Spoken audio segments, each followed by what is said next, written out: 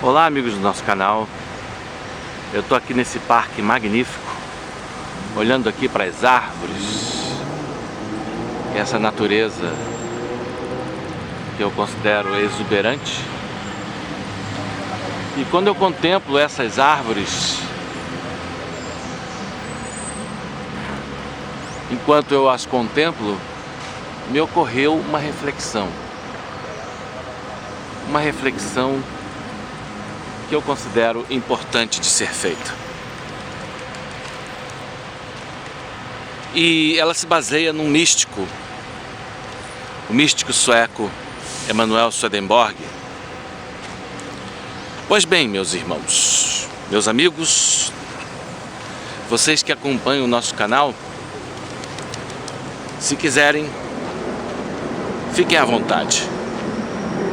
Pretendo fazer uma reflexão sobre isso. Uma reflexão sobre a árvore da vida.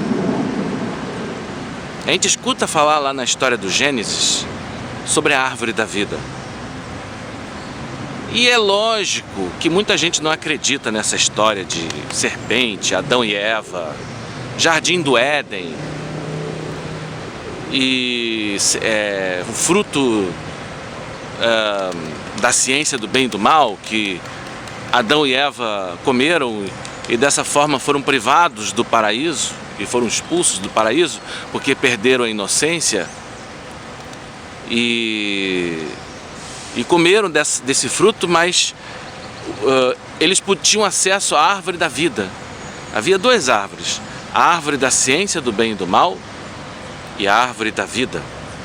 E a serpente seduziu o homem e a mulher, seduziu a humanidade que estava ali representada, e eu digo para vocês que isso acontece a todo instante.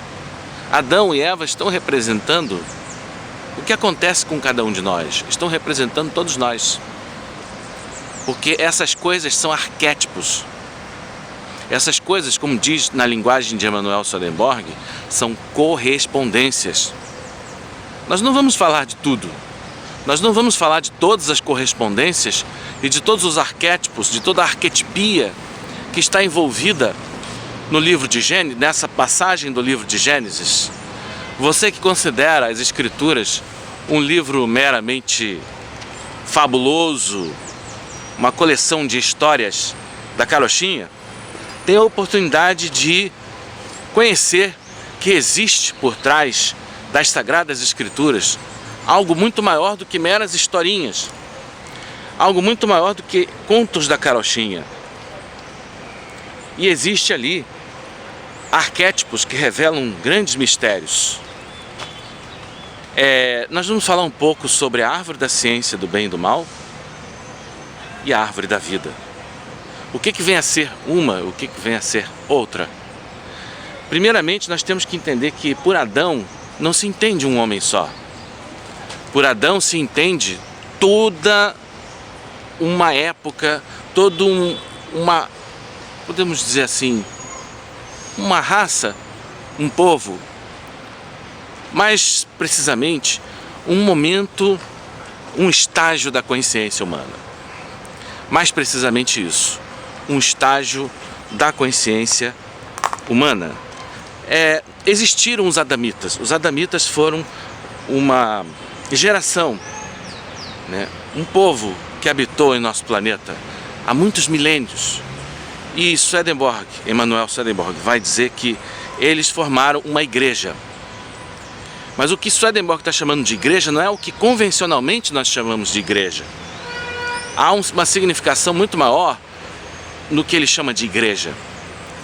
Ele está falando de um estágio, um estágio da mente humana, um estágio, um nível de conexão com os planos superiores, um nível de conexão com o eterno, com o Senhor Deus.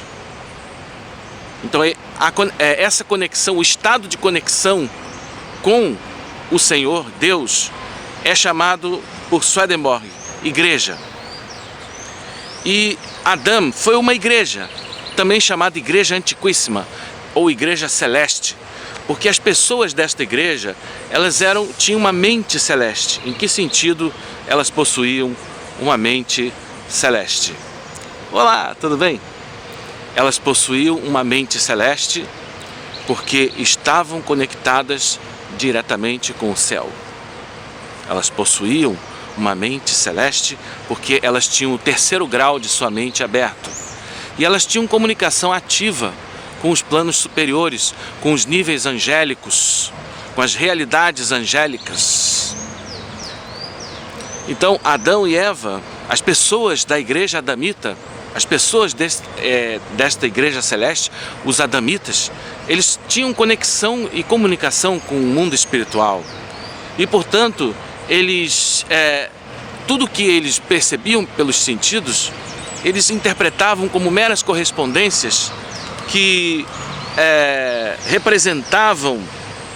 eram representativos de universais, de coisas espirituais. Pois bem, a Bíblia é um livro espiritual. Ela tem os três níveis da mente e dos céus. A Bíblia tem um nível espiritual e tem o nível celeste, para além do sentido da letra. Quando nós lemos na Bíblia aquelas coisas que estão no sentido da letra, a gente pensa que só tem aquilo e a gente acha que só são historinhas. Mas nós vamos entender que pela serpente está representado o sensual do homem. Pela serpente se entende o sensual do homem. O que é esse sensual do homem? São os sentidos físicos.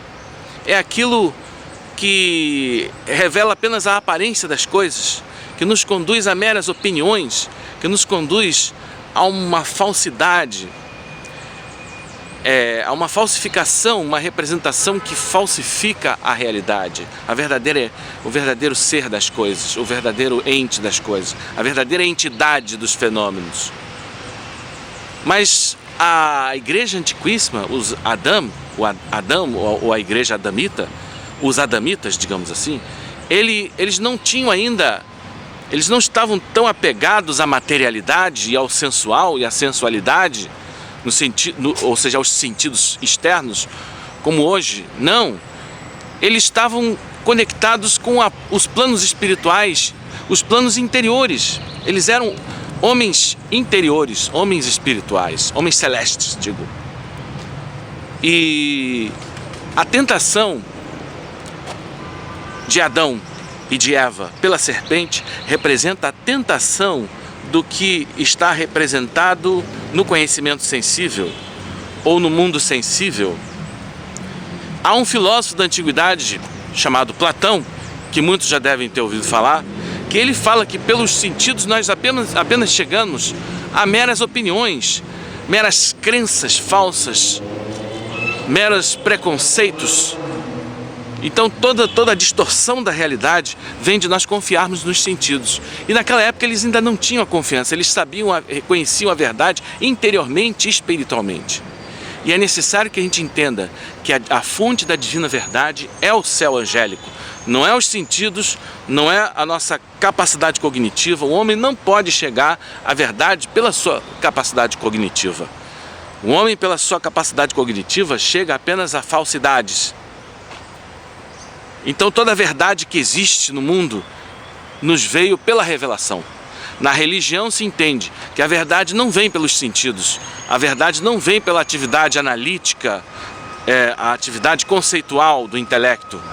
A verdade é alcançada por revelação, a verdade nos é dada por revelação. Para que existe um livro sagrado?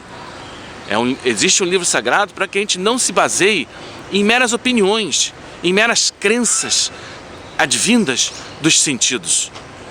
Então, para isso que existe um livro sagrado revelado. É obviamente que para nós reconhecermos a verdade, as verdades que estão ali neste livro sagrado, necessário se faz que a gente também tenha uma iluminação, que o nosso entendimento seja iluminado. Então, gente, é necessário que essa verdade fale ao homem interno. Mas nesse momento, o homem celeste foi tentado pelo sensual, pela serpente, pelos sentidos, a acreditar, e ele começou a ser tentado a acreditar que ele tinha uma vida independente, que existia algo como um eu, como um próprio. Na verdade, nós não temos um próprio no sentido de uma individualidade, no sentido de que eu sou eu e você é você.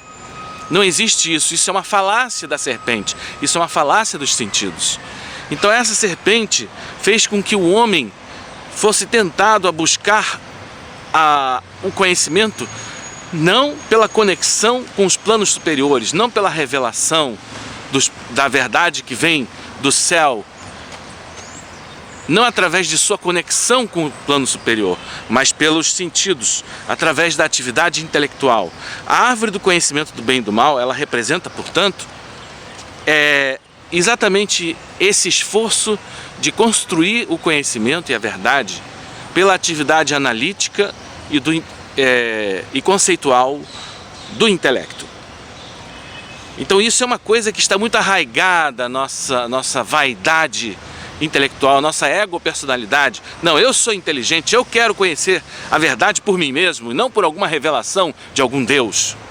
Então isso é uma vaidade que está na base de todos os males que chegaram até nós,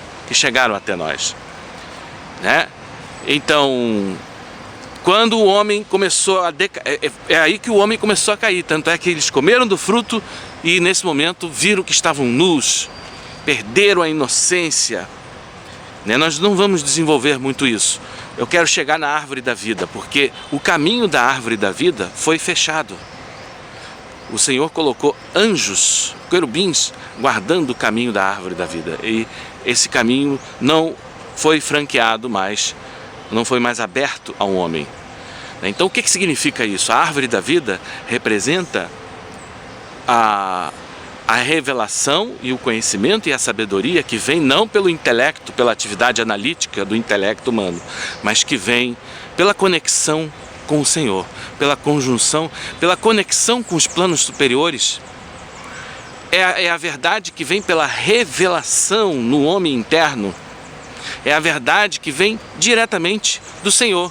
O homem deveria não conhecer por si mesmo as coisas, mas se dirigir diretamente a Deus, para receber dele a luz da verdade. Isso é a árvore da vida. A árvore da vida, portanto, ela representa essa conexão. É por meio dessa conexão que nós somos vivificados. Assim como uma árvore como essa que está aqui agora. Veja essas árvores.